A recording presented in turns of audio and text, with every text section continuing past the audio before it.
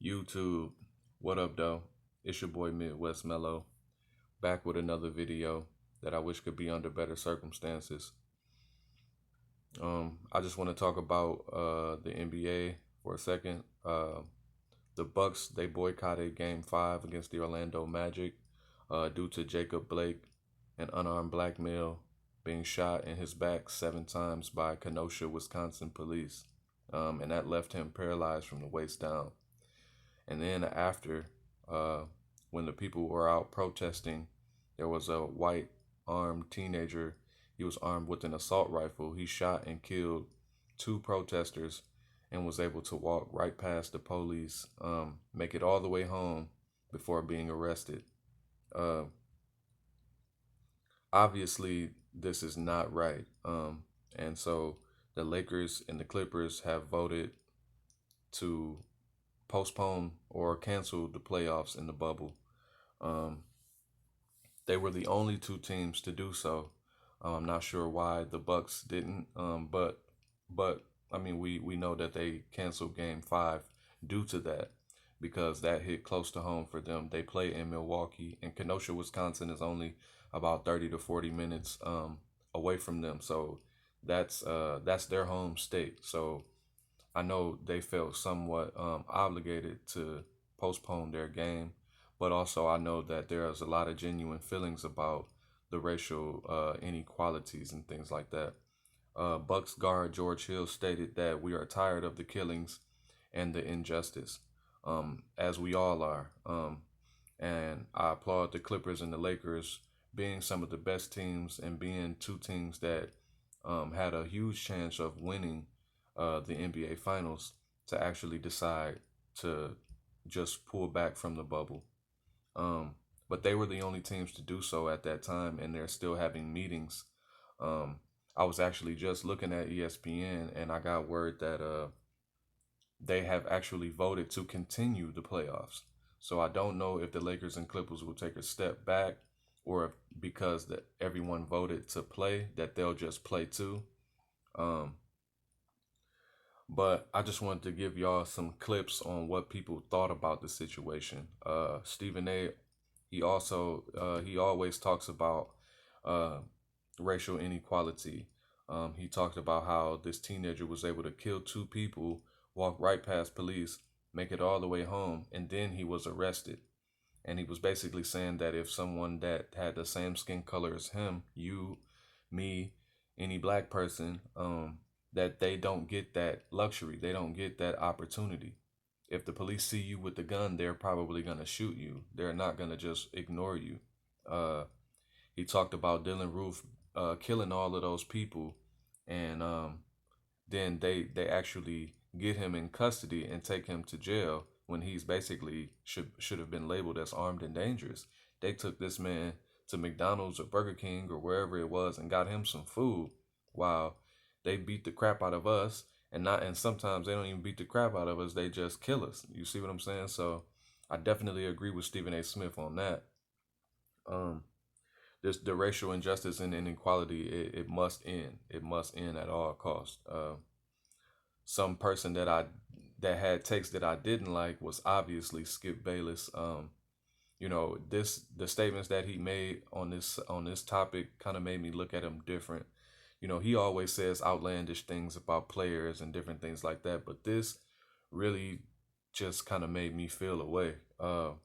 He talked about how the Bucks canceled their game 5, 5 minutes before tip off. And he said that it made the Orlando Magic look as if they didn't care about these social issues. Excuse me. And I just don't think that's right. He basically said that they didn't care and they just want to play ball. And I don't think that's it. They're in the bubble, they're secluded from everybody else. So they didn't get information as fast as other people who are on the internet all day. They were out there warming up, getting ready to play. So I do think that once they figured out what was going on, they were totally okay with it. Um, and he also kind of said the same thing about Kenny Smith in a way. He said that so Kenny Smith is he does the games. He calls some well he doesn't call the games. He does the halftime and the post game and the pregame on TNT with Shaq and Chuck. And the other guy, I apologize that I can't recall his name right now. He's a good guy though. So Kenny Smith, he actually walked off the set because he didn't feel that he should be there. He felt like he should go and link with other players and figure out what's really going on. He didn't feel that he had enough information to speak. So he left. And Skip Bayless basically said that he left Shaq and Chuck up there. He left them hanging to talk about the incident. And he said because and it looks as if because they didn't leave too, that they didn't care. And that couldn't be furthest from the truth. That's, you know what I'm saying? That's terrible. Like, I don't even know why he said that. Sometimes I'd be like, why do I watch this guy? You know what I'm saying? But I look for the outrageous stuff that he says. You know what I'm saying? So yeah, it just kind of it rubbed me the wrong way. Uh, Shannon was kind of looking at him crazy too. Like, why are you speaking on that? Like, that doesn't even. That's not the point. The point is they're trying to boycott. Um, but like I said, I was looking at ESPN. I'm watching it right now, and they basically voted to continue the playoffs. So I don't know what that says to the people, um, but I know for a fact that the Lakers and the Clippers, they said that they're tired of being the entertainment that distracts the people from these social issues. They don't. They want to be in the fight as well. They don't want to just play. They don't want to just shut up and dribble. So I understand that. Um, I also want to give a shout out to my Detroit Lions because they stopped practice and they held a press conference and a protest and basically saying enough is enough and stop the killing. Uh, so with them doing that, I also want to see what the NFL has to say about this and what they are planning to do about this social injustice. Um, who else can I speak about? So I know that when Doc Rivers used to be the coach of the Orlando Magics, he was married to a white woman, and not that that matters, but I think that it caused him to deal with some racism, and they burned down his house while he was coaching the Orlando Magic. And so these are just people that have, that are black people who play sports and coach sports that have actually felt this racism. They're famous people, and it doesn't matter how famous you are or how rich you are still black. And it seems that they still don't like you. Brandon Marshall also talked about how he dealt with racism as well when he bought a house in a gated community and he tries to go to his home that he just signed for in the gated community with his kids, and the security guard wouldn't let him in. So he says, I'm Brandon Marshall. You know me. They know me. How about you call them and they tell you who I am so that you can let me in? And he said, no, I'm not gonna do it.